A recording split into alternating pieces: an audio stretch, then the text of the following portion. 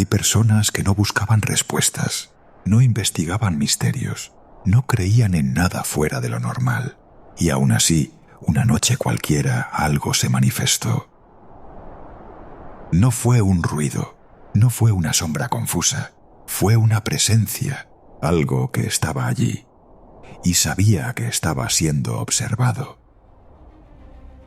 Hay quienes la vieron en su propia casa, otros en hospitales, carreteras, habitaciones conocidas, lugares donde nada debería romper la normalidad. La ciencia habla de la mente, la religión de almas, la costumbre de fantasmas.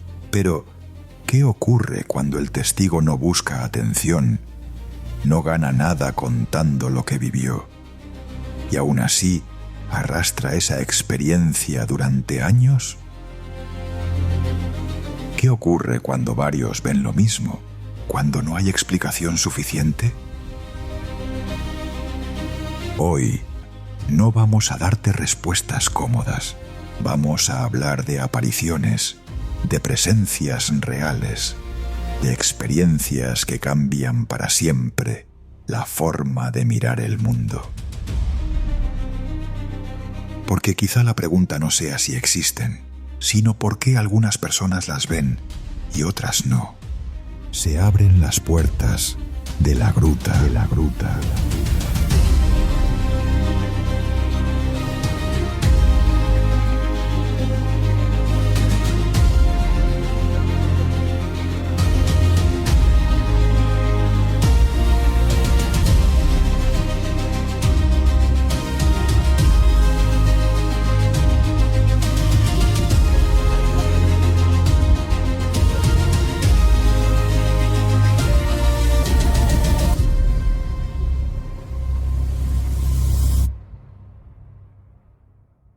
Buenas noches, amigos, amigas, bienvenidos a La Gruta. Un día inusual porque ayer no pudimos hacerlo, teníamos problemas técnicos porque en el norte de España, aquí en Galicia, pues estamos pasando por una tempestad que primero se llamó Leonardo, ahora se llama creo que Marta y que tendrá un montón de nombres.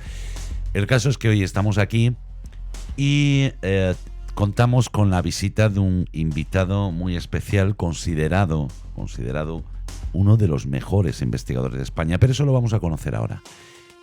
En cuanto os anuncie que la próxima semana también contaremos con un invitado de excepción y con el que podréis interactuar, ¿vale? Podréis hacer preguntas sobre el tema que vamos a tratar.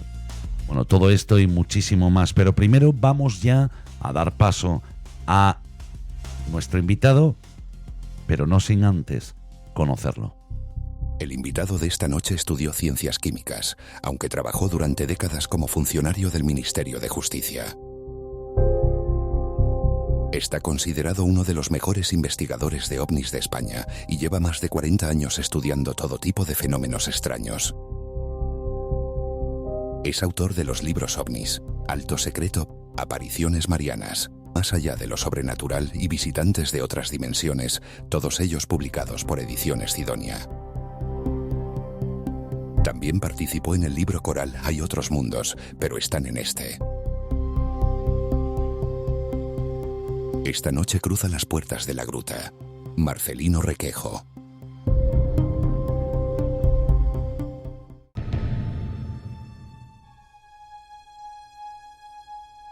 Lo habéis escuchado, considerado uno de los mejores investigadores del fenómeno ovni en nuestro país, y yo añadiría de los mejores investigadores en general, y lo digo porque son muchos, ya más de 4 décadas los años que lleve investigando y escribiendo sobre estos fenómenos. Muy buenas noches, Marcelino.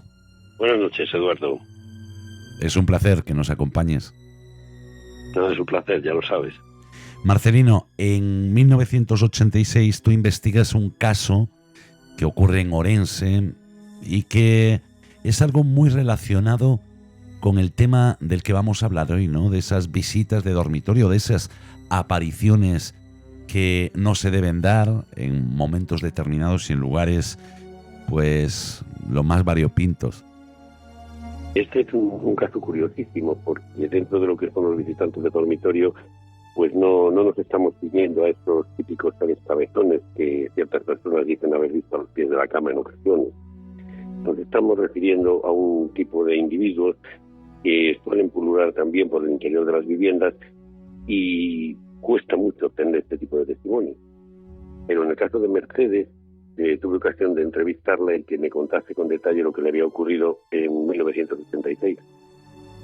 Bueno, pues en aquella noche del mes de mayo, ella se quedó sola unos minutos mientras su esposo, a eso de las 11, se iba a hacer unas gestiones con un empleado de su empresa.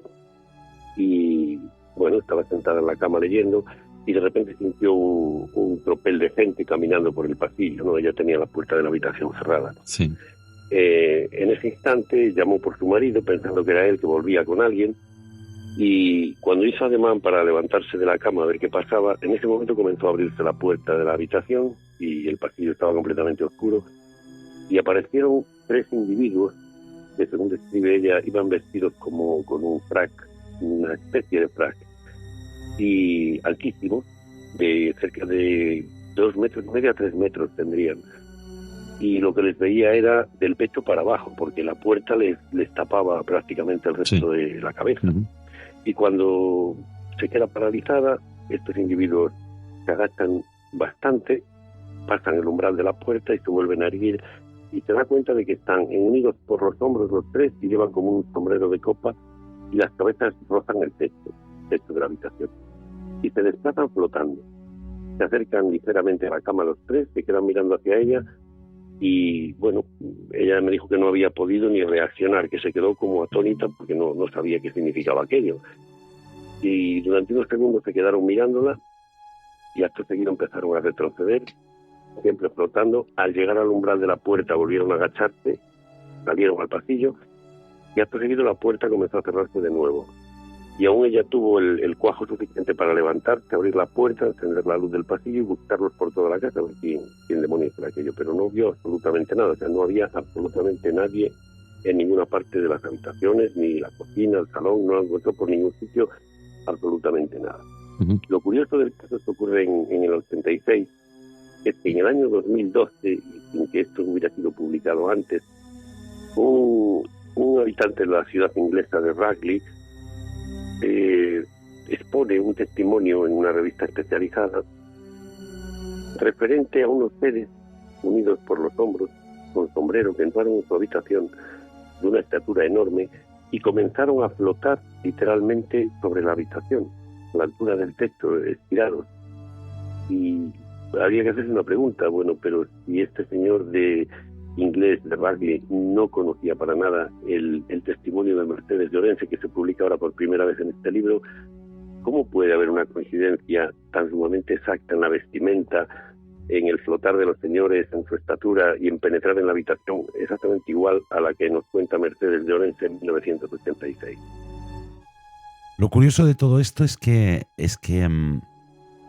Mercedes de tantos detalles, ¿no? Pues sí, es que el primero, Mercedes, porque los vio perfectamente. Los detalles que tenemos del testimonio de la persona de Inglaterra, pues son prácticamente idénticos. Penetra en la habitación, flota en la habitación, nos está contando exactamente lo mismo. Yo creo que este tipo de casualidades no existen. Lo que existe es el fenómeno en sí, que aunque sean de una gran rareza, se producen en ocasiones y al que le toca, le toca. Marcelino, nosotros hemos querido aportar a este tipo de encuentros con un testimonio de alguien que nos cuenta cómo mientras estaba en su habitación, ya en la madrugada, acompañado de su pareja, de repente ve a una figura que se cruza a los pies de su cama. De acuerdo. Es que yo estaba en el lado derecho de la habitación, la persona entró a los pies de la cama desde el lado izquierdo y la vi ir caminando hacia los pies de la cama. Bajé el ordenador que lo tenía encima de las piernas e intenté despertar a mi novia. Cuando se paró la persona esa al lado de los pies de la cama de mi lado, fui a despertarla y cuando miré ya no estaba nadie. Distinguí una silueta de una mujer. Fíjate, Marcelino, que el testigo ve una silueta caminar por su habitación como si estuviera en su casa, ahí como le da la gana, y tal vez ajena a quien lo observa, ¿no? Este tipo de encuentros son más habituales de lo que la gente piensa. Lo que pasa es que los testimonios no salen a la luz. Generalmente son cosas que quedan en el ámbito exclusivamente personal o familiar y nadie te lo va a contar a las buenas, ¿no? Uh-huh. Pero los testimonios son abundantísimos, vamos, sobre todo de individuos que penetran inesperadamente en los dormitorios o se materializan dentro de ellos para volver a desaparecer. En el caso del testimonio de esta noche, las cosas no se quedan ahí y vuelve a ser testigo de algo sorprendente.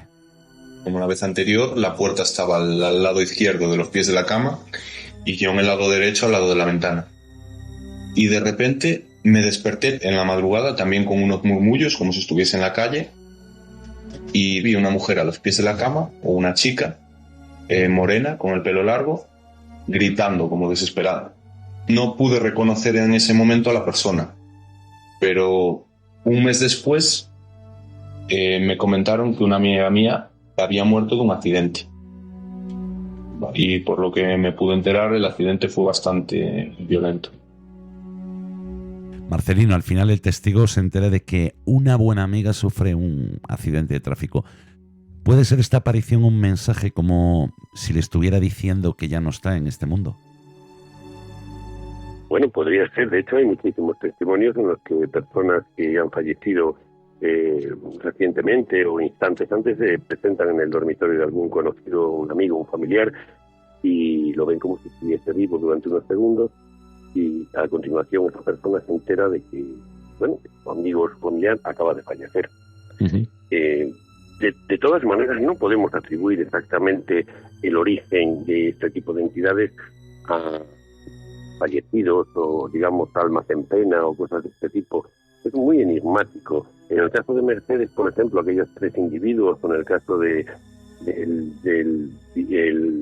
vecino de Rugby en Inglaterra, desconocemos qué significa esta puesta en escena, porque ahí podríamos pensar de personas unidas por los hombros que flotan en el dormitorio.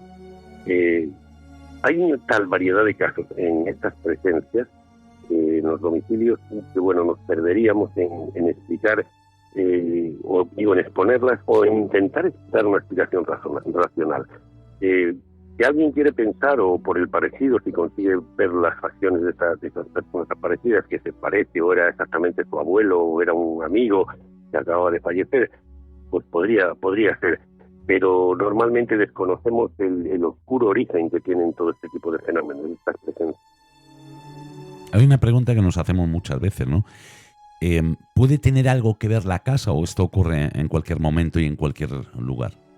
Yo creo que se pueden dar en cualquier lugar, que este tipo de presencias te las puedes encontrar caminando por un bosque, a la orilla de un río, en cualquier sitio, vamos, o en plena calle, y no ser consciente absolutamente nadie más que tú de lo que estás viendo en ese momento. Uh-huh. No sé si existe tampoco una interacción directa con el psiquismo de la persona, que podría ser, pero sí es cierto también que determinados lugares, algunas casas en concreto, se prestan a que una entidad prácticamente siempre la misma, tenga por costumbre molestar a los habitantes de esa casa, porque esa es la palabra, molestar.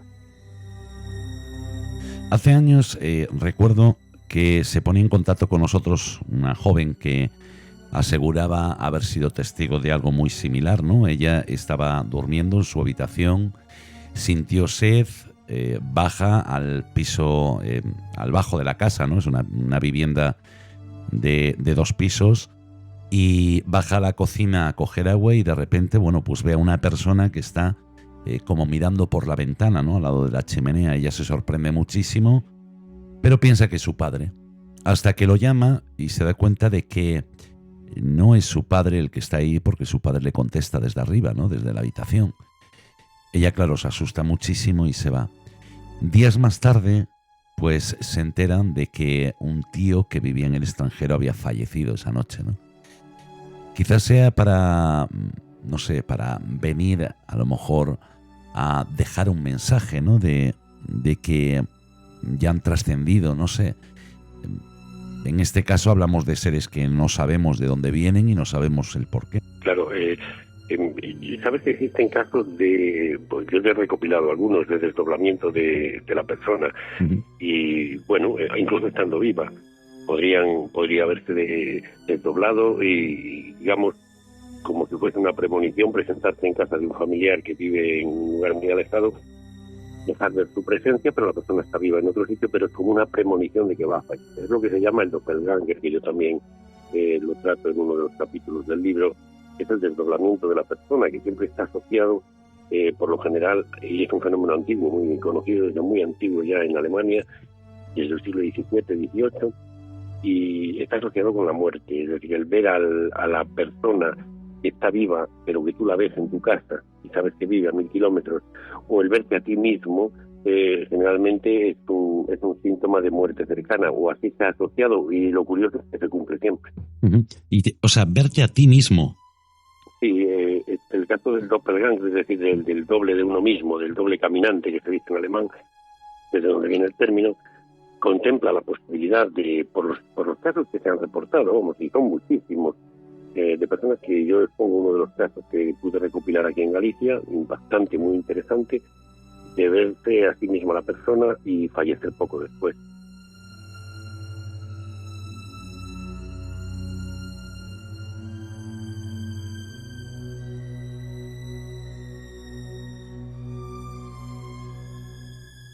Una cosa... A veces pasan más días, pasa una semana, no suele pasar de 8 o 10 días el fallecimiento de la persona, o que tú veas a una persona que sabes que está trabajando en tal sitio, ¿no? Pero tú la estás viendo sentada en una cafetería durante unos segundos.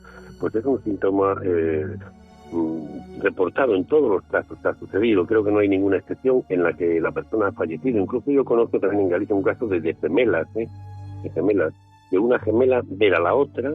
Estaba en la habitación, pero la vio en el salón, y la niña, su gemela estaba arriba durmiendo. Bueno, pues a los pocos días se murió la niña que estaba arriba durmiendo.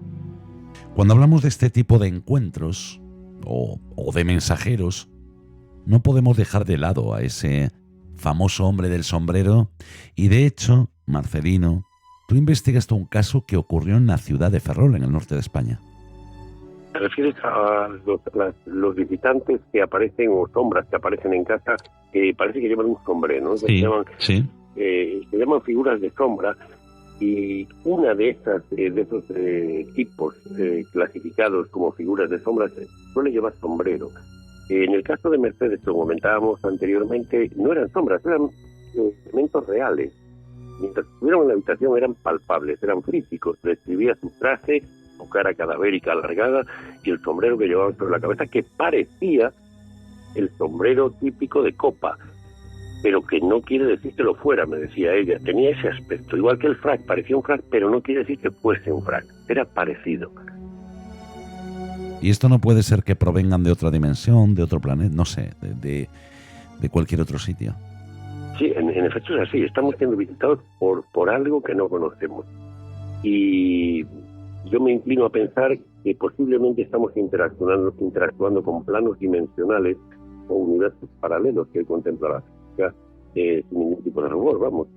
Por tanto, en algunas ocasiones, esa separación mínima que existe entre nuestro universo tridimensional visible para nosotros y este otro universo, varios universos paralelos que nos rodean, puede haber un pequeño contacto en el que, a través de ese momento en el que se produce el contacto entre dos dimensiones diferentes, aparezca pues lo menos imaginable, pero que nuestra mente racional trata de darle una forma a lo que está viendo, aunque realmente no sea eso lo que está entrando desde la otra dimensión. Pero claro, cada mente es distinta, debe dar una interpretación a lo que ve en un momento concreto. Creo que es algo instintivo en el ser humano, intentar racionalizar lo que no comprende. Recuerdo que hace años, en uno de tus libros, en Más allá de lo sobrenatural, hablabas de un caso ocurrido en Tui y que hace referencia a una muñeca estilo Annabelle. Cuéntaselo a todos, por favor, que es algo que a mí me sorprendió muchísimo, y yo por aquel entonces tenía el placer de emitir a través de Radio Tui, precisamente del lugar donde habían ocurrido todos los hechos. La verdad, impactante. Yo creo que este caso y otro ocurrido en la Avenida de las Fontiñas hacen que la película de la muñeca de la película de Annabelle sea una hermanita de la caridad, como ya dije en una ocasión. Porque una cosa es ver la película de un muñeco diabólico poseído que pulula por la casa y te hace trastadas, ¿no? Y otra cosa es que te lo esté contando alguien y veas tus expresiones y te esté diciendo algo que tú incluso te cuesta creer lo que te están contando. Claro. Y bueno, en el caso de Tui, como digo, es bastante impactante, por lo menos lo que sufrieron ellos, lo sufrieron en sus carnes, y que no creo que nadie en su sano juicio se le ocurra, bueno, pues ir a decirles, no, eso os lo imaginaste, tanto a María Jesús como a Ernesto, su marido. No creo que nadie tenga cara para poder decirle eso, porque ellos lo vivieron en sus propias carnes. Uh-huh. Y bueno, resumiendo, si quieres te hago un pequeño resumen, Sí. porque es un poquito largo el caso y con incidentes muy terroríficos. Todo empezó porque María Jesús se había encaprichado de una muñeca que tenía su suegra en una colección en Entrimo, el sur de Orense. Pero cuando falleció su suegra, lo que hizo es llevarse esa muñeca de la colección de Entrimo para su piso de Tui. Y bueno, a las 2 semanas o así de estar la muñeca que la había colocado encima del armario, ¿no? Era una muñeca de unos 40-50 centímetros, era toda de trapo, y llevaba unas piernas largas de cuerda gruesa, y finalizaban en unos zapatitos de madera. Uh-huh. Y bueno, tenía unas coletas caídas siempre, recogidas así, caídas, sobre los hombros. Y un día María Jesús pues estaba montando una estantería en una galería que tenía junto al salón, y oyó un taconeo por el pasillo tremendo, y creyó que había venido su marido, y eran las 11 de la mañana. Entonces salió a buscar al pasillo a su marido y se dio cuenta de que no había nadie. Pero al regresar hacia la sala, por el rabillo del ojo, vio que en la cocina estaba la muñeca sentada en una silla y con las manos apoyadas sobre la mesa, con las coletas tiesas completamente, como esperando que le pusieran el desayuno. Y claro, ella se quedó pues impactada, porque aquello no le encajaba. La muñeca por la mañana, Claro. hacía poco tiempo, estaba encima del armario, y de repente se la ve en la cocina. Entonces pensó que a lo mejor no se había fijado y que su marido la hubiese dejado allí al marcharse por la mañana. Sí. Pero bueno, cuando su marido regresó y le dijo que él no había tocado la muñeca, pues la cosa quedó así, en una duda.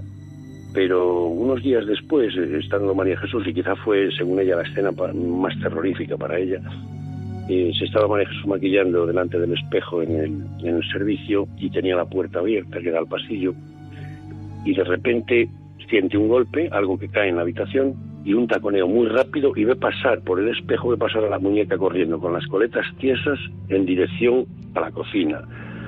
Entonces salió inmediatamente detrás, llega a la cocina y se la encuentra sentada en la misma postura. Claro, esto ya, ella inmediatamente, ni terminó de maquillarse, cogió, se salió de casa y fue a buscar a su marido para contarle. El marido no le creía nada de esto, y al final, bueno, la convenció para ir a un psicólogo, y bueno, se conserva ese expediente, porque después la remitieron a un psiquiatra, y se conserva el expediente y lo que ella contaba al psiquiatra. Curioso del caso es que su marido, que no creía nada de esto, Ernesto, pues unos días después de toda esta historia y de haber ido al médico y tal, se encontraba él solo en casa y siente un golpe, exactamente lo mismo que lo de María Jesús, y siente correr por el pasillo a toda velocidad algo. Entonces él sale de su cuarto donde estaba haciendo sus historias, y de repente se encuentra que está la muñeca sentada en el salón con las coletas tiesas completamente, que siempre estaban caídas porque le caían por el peso. Las coletas tiesas y con las manos cruzadas sobre las rodillas, como si estuviese viendo la televisión, que estaba apagada, ¿no?, presentada en esa postura. Así que, bueno, esto, incluido el incidente de una noche en el que la sintieron caer de la habitación hacia el suelo desde el armario, y ellos estaban durmiendo, y salir corriendo por el pasillo, inmediatamente la cogieron, la metieron en una bolsa en el maletero y se la llevaron a Entrimo, y bueno, la dejaron en la colección de la madre de Ernesto, donde había estado toda la vida.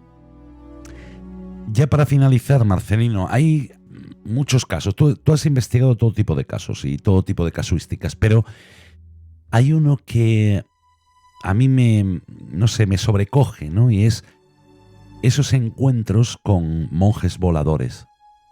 No, es un tipo más dentro de la gran variedad que hay de aparecidos o de presencias que se manifiestan en cualquier lugar. Están los llamados monjes o frailes, ¿no?, por la vestimenta que llevan, pero que se distinguen de ellos en una estatura descomunal. Y en otro detalle, ningún monje, ningún fraile flota sobre el suelo. Y es todos estos que te encuentras en los testimonios, siempre hablan de que el monje flotaba, o de que esa presencia con forma de el fraile de convento estaba flotando sobre el asfalto o sobre un camino. Hay muchísimos casos en Galicia, he recopilado muchos, pero tengo también bastantes. Investigué de las Urdes que me llegaron y bueno, de muy buena mano precisamente, con un testimonio de personas muy serias y ya te digo, en Río Malo y en Vegas de Coria, en Cáceres, pero el más impactante, uno de ellos, digamos, es el de Fruiseira en Ferrol, ¿no? Cerca de Valdoviño. Es increíble porque sí, es como te decía antes, ocurre en 1994 a Adolfo y a su hija Sonia en pleno día, a las 3 de la tarde. En este caso se trataba de una presencia femenina con el pelo completamente blanco y deshilachado, la cara cadavérica, las cuencas de los ojos vacías y una especie de camisón que llevaba, pero no se le veían los pies, y flotaba sobre el asfalto delante del coche. Tuvieron que parar y esperar unos minutos aterrorizados, porque en ocasiones se inclinaba sobre el capó y se ponía casi horizontal. Me decían, y no pasaba ni un solo coche en ese momento. Algo muy común en otro tipo de testimonios también. Pero esto estamos hablando de algo que estaba ocurriendo de día, hasta que al final estas dos personas aterrorizadas comienzan a hacerle gestos de que se separe, y bueno, se hace un poquito suficiente para dejar pasar al coche, y que allí quedó. Un manifestante quedó flotando sobre la carretera y siguió saliendo de allí como alma que lleva al diablo, claro. Marcelino, muchísimas gracias, de verdad. Es un placer que nos hayas visitado esta noche y que te hayas metido en las profundidades de la gruta, y espero tenerte muchas más veces. Vale, será un placer. Ya sabes que puedes tener cuando quieras una colaboración sobre lo último que vaya surgiendo.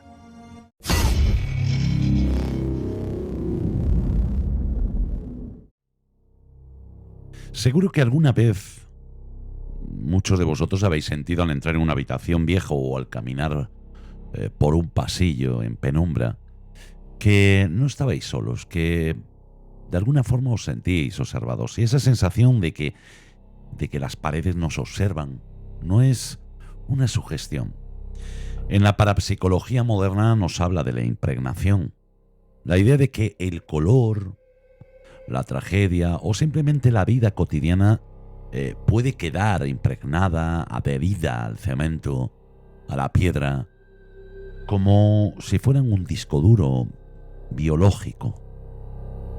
Ese lugar donde el tiempo se dobla, donde el pasado y el presente chocan, tiene un nombre que todavía hoy hace que bajemos la voz al pronunciarlo: Belmez de la Moraleda.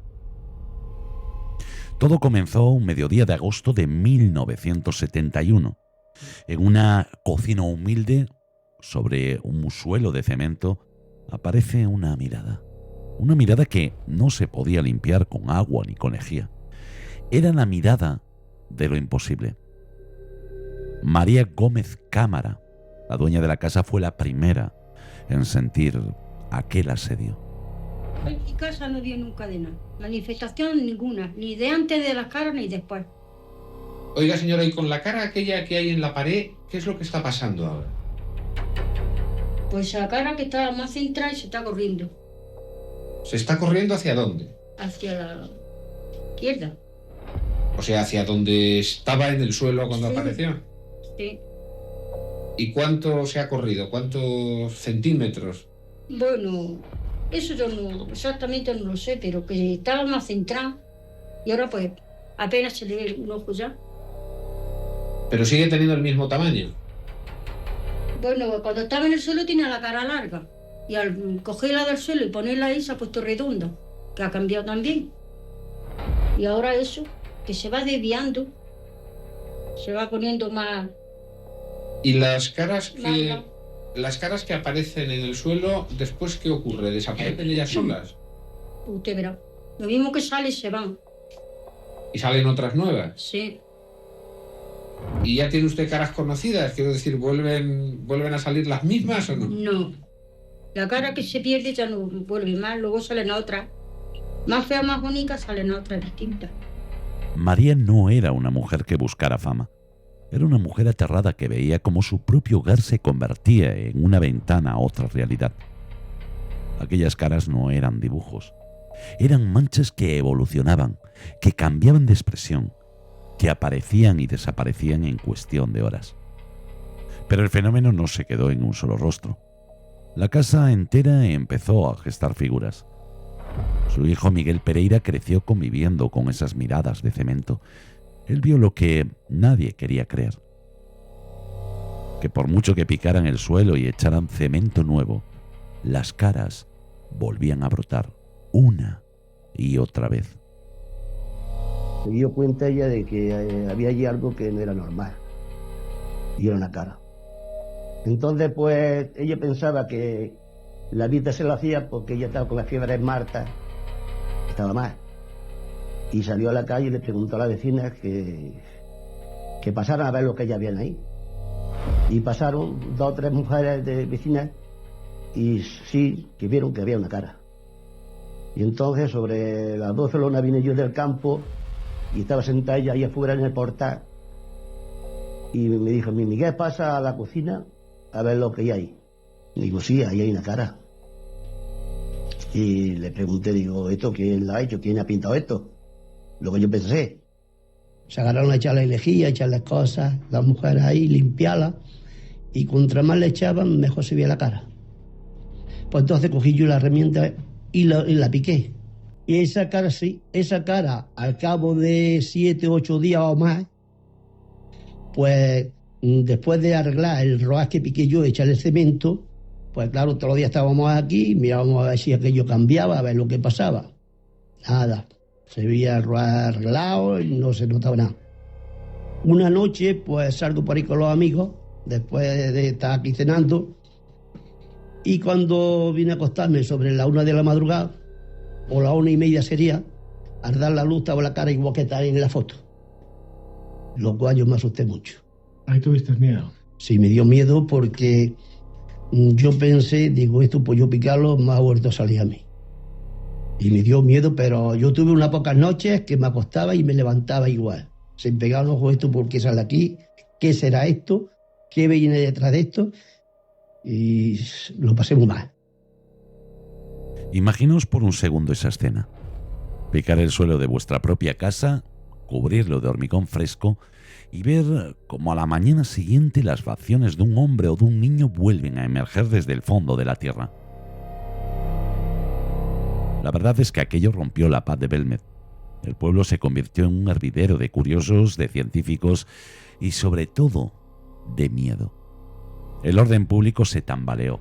El entonces alcalde de Belmez, Manuel Rodríguez, tuvo que enfrentarse a una situación para la que ningún político está preparado: gestionar un milagro o un fenómeno maldito que atraía a miles de personas a una calle estrecha y silenciosa. Decían que las pintaban aquí y precisamente le echaban la culpa a un hermano mío, que es pintor. Y mi padre, que hacía fotos, que era aficionado, porque fotógrafo no es, siempre ha sido empleado de la luz, de Sevillana, bueno, antes de Feda y luego de Sevillana. Entonces era aficionado a la fotografía y como no había fotógrafo aquí, le hizo una foto aquí a las caras y las vendía María. Entonces me parece que vendían la fotografía a 10 pesetas en aquellos tiempos.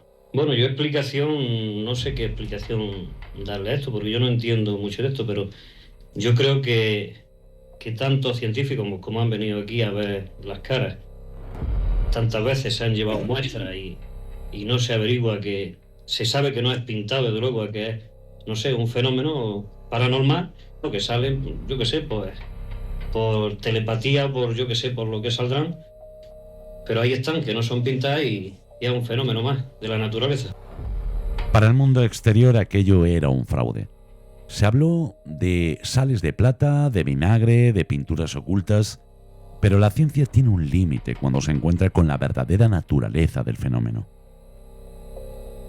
Estas son las palabras del investigador de parapsicología Ramos Perera. La investigación realizada por una comisión presidida por José Luis Jordán Peña, a petición del Ministerio del Interior, llegó a la conclusión de que las caras en un principio constituyeron una broma de barrio con las vecinas. Es decir, que cuando estaban haciendo la limpieza del suelo con una solución de agua y vinagre, aparecieron unas formas caprichosas semejantes a las que se pueden ver en una mancha de tinta con el test de Rorschach, por ejemplo, y aquello les hizo gracia e incrementaron en esa solución hollín y blanco de España, con lo cual consiguieron otras formas. Y cuando llegó allí un periodista de improviso para otro tema, no fueron capaces de confesar la verdad de que todo había sido una broma. Y es cuando empieza el boom, el gran fenómeno de las caras de Belmez. Y José Luis Jordán Peña, con su comisión, ha puesto de manifiesto de forma absolutamente ineludible que la cara que aparece en la pared, que estaba en un principio en el suelo y que hoy está tras una hornacina, hay una pigmentación añadida muy clara con un pincel que se ven exactamente las huellas con macrofotografía de las cerdas del pincel. Y yo mismo he realizado fotografías con infrarrojo y se pone de manifiesto esa pigmentación añadida. Por lo tanto, para mí, las caras de Belmez son un fraude. Como veis, él creía que todo era un fraude, pero el investigador Pedro Amorós ha pasado décadas en esa cocina, ha colocado micrófonos donde solo debería haber silencio y ha analizado el suelo con tecnología que en los años 70 ni siquiera existía, y su conclusión nos devuelve a la silla de salida. Hay una teoría que apunta a que las caras fueron pintadas incluso con un pincel, porque alguien en su momento detectó una cerda de un pincel. Pero sin embargo, yo lo veo absolutamente natural. Cuando la familia quitó la cara del suelo, alguien me dijo que la habían barnizado para que estuviera más bonita. Y desde luego, eso se barniza con un pincel. El hecho de que encontraran rasgos de un pincel no significa que la cara estuviera pintada con un pincel. Si no, hubieran encontrado restos de esos surcos en todas las caras. Y no olvidemos que por esta casa han pasado más de 600 caras distintas. ¿Qué es entonces lo que se aparece en Belmez? ¿Una grabación energética de los que murieron en la guerra civil y fueron enterrados bajo esa casa? ¿O es quizá una capacidad de nuestra propia mente para proyectar nuestras sombras sobre la materia? No lo sabemos.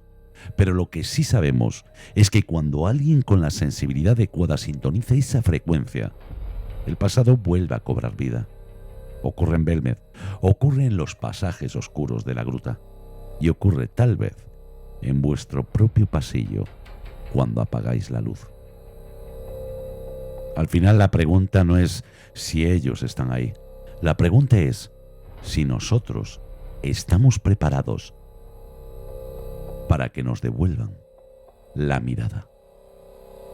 En agosto de 1971, momento en el que aparecieron las primeras caras, habría que reconocer que socialmente la vida en este pueblo, en Belmez de la Moraleda, estaba bastante cerrada en un sentido. Sobre todo, la Iglesia tenía un poder muy fuerte sobre el pueblo y, desde luego, sobre la propia gobernación. En el momento en el que el fenómeno empezó a detonar, de por sí a eclosionar, lógicamente hubo muchas trabas por parte del gobierno para intentar, sobre todo, acallar un fenómeno que estaba siendo un revulsivo social. Y en ese sentido, la verdad es que el pueblo lo estuvo viviendo en primera persona. No se sabe bien cómo, pero el fenómeno se fue buscando sus propios cauces hasta salir socialmente y copar prácticamente el resto de España, que fue algo que incluso en tiempos del nodo se estuvo viendo. Hubo mucha gente que quiso acallar el fenómeno, hubo mucha gente que quería que esto se tapase, había gente que no le convenía que las caras estuvieran ahí. Y es que hay lugares como Belmez, o como esos pasajes que se esconden aquí en la gruta, que tienen una memoria biológica, retienen las sombras. Y esto me hace recordar un caso ocurrido en Londres y que nos puede ayudar perfectamente a entender todo esto. La Sociedad para la Investigación Psíquica lo llamó el caso del Caballero del Pasillo, y no es una leyenda, es un expediente con una precisión increíble. El misterio más cerca de ti. una teoría de la parapsicología que nos dice que las paredes no son solo materia inerte, que la piedra, el ladrillo, el hormigón tienen una capacidad casi biológica de retener, podríamos llamarle las sombras, ¿no? De guardar lo que ocurrió entre ellas. ¿No es así, Geraldine? Así es, Eduardo, es lo que llamamos impregnación. Ya sabemos, ¿no?, cómo funciona todo lo que es la energía, ¿no? Y hay un expediente, Eduardo, el del Caballero del Pasillo, en Londres, que es el rompecabezas más perfecto de Europa. Un caso documentado por la Sociedad para la Investigación Psíquica que, bueno, hiela la sangre. Bueno, una casa victoriana común, ladrillo visto, un jardín descuidado. Nada que sugiere que allí el tiempo se había roto, ¿no?, de alguna manera. Allí se muda una mujer muy pragmática, Eduardo, una mujer de formación científica, ya sabes cómo son las personas, ¿no?, con esta formación científica, que no creía en cuentos ni en fantasmas, en nada. Pero la atmósfera empezó a espesar, no hubo ruidos de cadenas, ni lamentos, nada de eso. Fue algo mucho más sutil. En la penumbra del pasillo empezó a ver a un hombre. Cruzando de una habitación a otra, como pasaba en el caso del testimonio de esta noche. Siempre a la misma hora, ¿no?, con una calma que resultaba antinatural. Pero fíjate en el detalle, Eduardo, porque esto es lo que descoloca a los investigadores, ¿no? Aquel caballero que tenía una indiferencia absoluta, él no notaba la presencia de la mujer. Él simplemente caminaba por ese pasillo como si estuviera atrapado en una rutina invisible, en el pliegue del tiempo, ¿no?, que solo él habitaba. La verdad es que imaginaos todos, ¿no? Es estremecedor pensar que sus pasos no producían sonido sobre la madera, pero que su imagen era tan sólida, ¿no?, que la podía ver un testigo tan real, que incluso ella llegó a dudar de su propia cordura. Pero esto suele ocurrir muchísimas veces. En algún otro momento os pondremos algún testimonio ocurrido en alguna emisora de radio, en algún puesto de trabajo en el que se ve una sombra caminar y que tiene su historia, ¿eh? Lo contaremos y tendremos el testimonio. ¿Qué más ocurrió, Geraldine? ¿Qué pasa? ¿Que ella empieza a dudar de su propia cordura? Claro, así es, pero ella decidió observar con frialdad científica, ¿no?, y se fijó en algo muy específico, en el atuendo, ¿no?, un traje de 3 piezas, corte arcaico, tela pesada y unos botones de plata. Claro, como esa imagen, ¿no?, tan icónica que es la del hombre del sombrero, como hablábamos con Marcelino Requejo hace unos minutos, esa aparición que parece ser de época, ¿no? Curioso, unos botones con relieve heráldico, que es muy particular en los puños, ¿no? Exacto. Ella no conocía a los antiguos inquilinos, ¿no? No sabía nada de la historia de la casa. Pero cuando los investigadores se sumergieron, Eduardo, en los archivos municipales de Londres, entre censos y actas de defunción, encontraron un retrato fotográfico oculto bajo el polvo de hace 40 años. Y allí estaba él, ¿no? ¿O no? Eduardo, el mismo rostro, la misma postura, pero el detalle definitivo apareció al analizar la foto con una lupa histórica, ¿no? Esos botones que ella describió no eran comerciales, eran la insignia de un gremio profesional restringido que había desaparecido décadas antes de que ella naciera.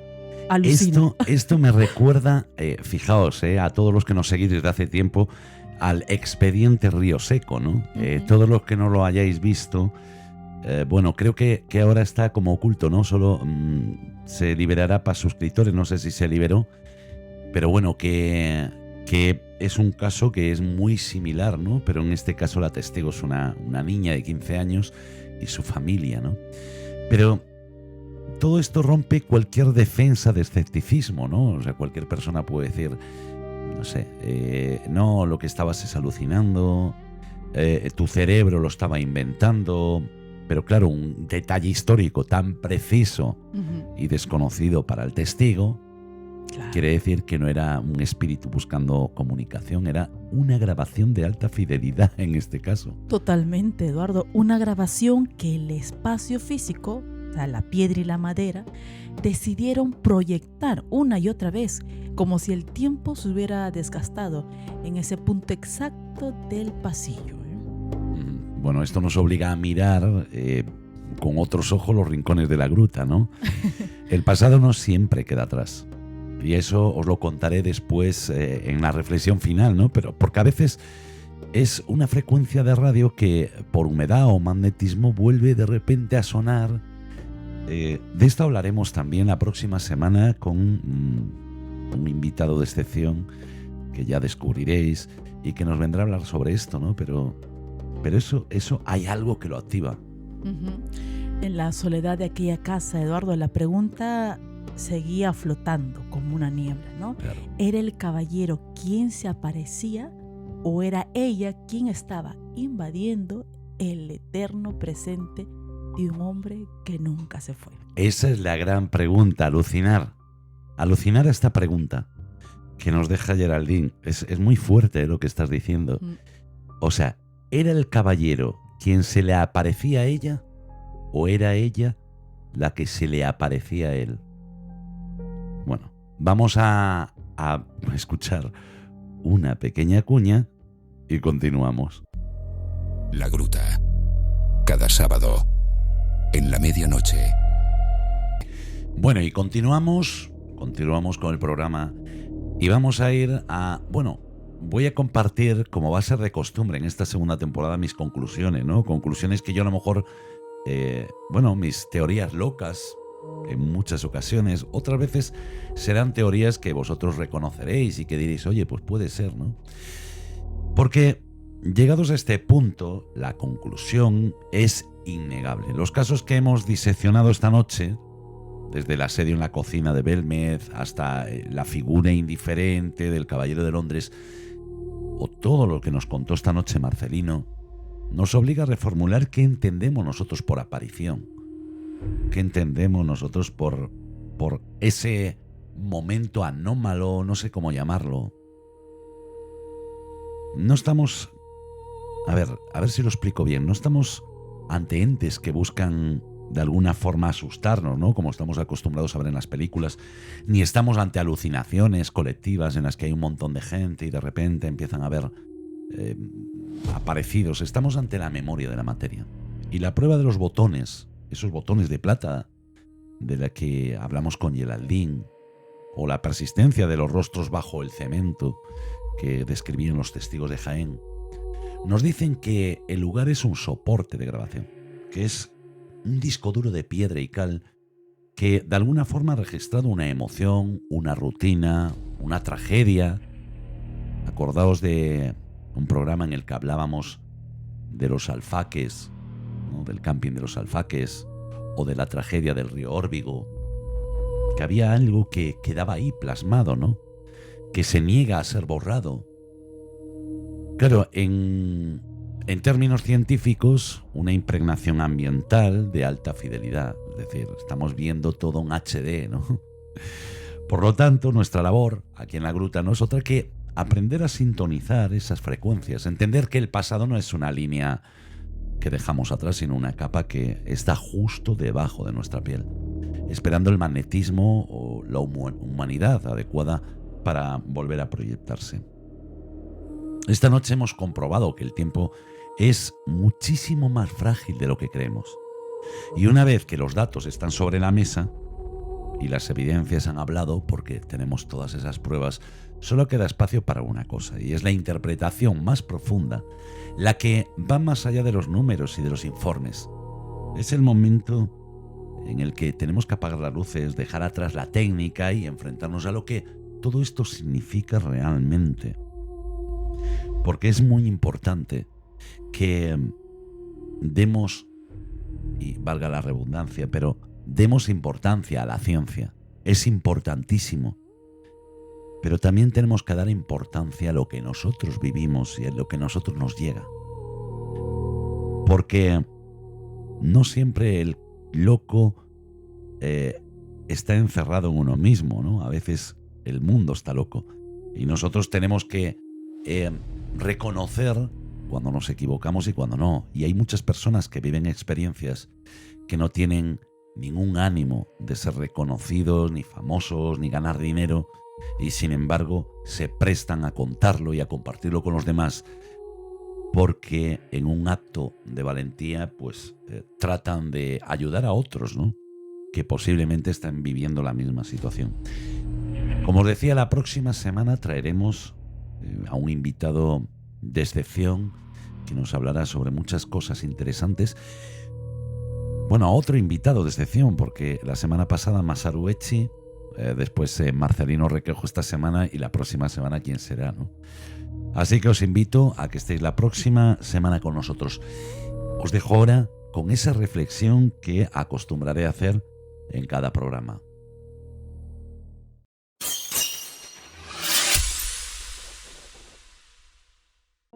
Bueno, como os decía, va a ser costumbre que en esta segunda temporada pues finalice como he finalizado tantos años, ¿no? Y quiero finalizar con algo que me ocurrió hace, bueno, unos cuantos años, y que provocó en mí una sensación que nunca había tenido. Recuerdo que era un viernes y además era por la mañana, porque coincidía con el final de una temporada del programa que yo estaba dirigiendo por aquel entonces. Y es curioso cómo un pequeño detalle, esto lo sabemos todos, ¿no? Una canción, una palabra, un olor nos puede hacer viajar en el tiempo.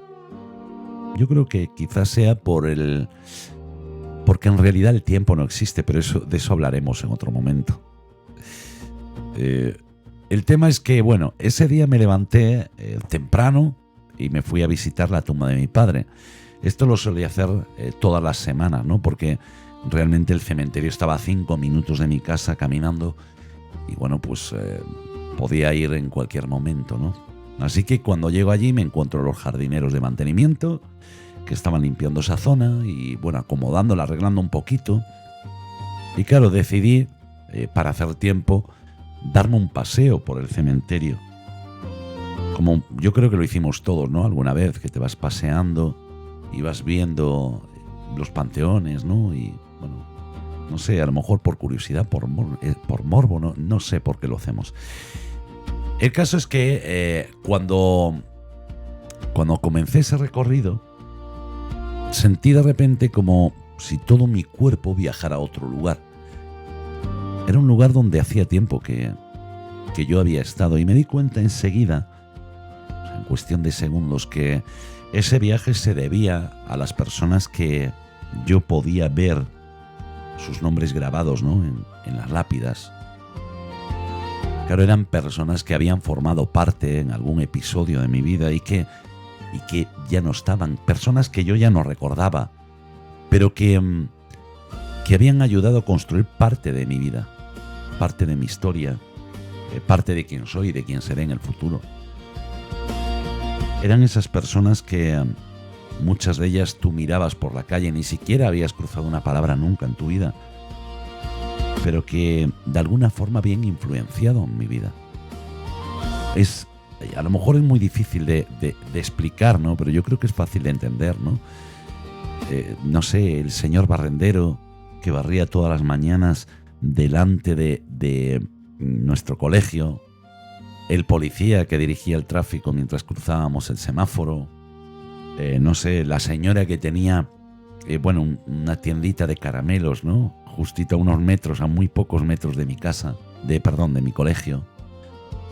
Claro, eso me hizo entender que a veces no hace falta que nos aparezca un fantasma para demostrarnos que ellos muchas veces, muchísimas veces, vienen a darnos un mensaje. Y con esta experiencia, cuando salí de allí, os puedo decir que yo salí emocionado, muy emocionado y agradecido, muy agradecido con todas ellas, con todas esas personas. Así que, horas más tarde, me presenté en la emisora donde hacía el programa y comencé y finalicé dando las gracias a todos ellos y ellas por haber sido protagonistas de mi historia. Y es que lo bueno, lo malo, la tormenta o el sol nos ayuda a construir el guión de nuestra vida. Así que, queridos amigos, dad las gracias a lo bueno y a lo malo, porque es lo que nos hace ser quienes somos. Aunque sea duro, es lo que hace que tengamos la fuerza suficiente cada día para agarrarnos con fuerza y no caernos al abismo. Se cierran las puertas de la gruta.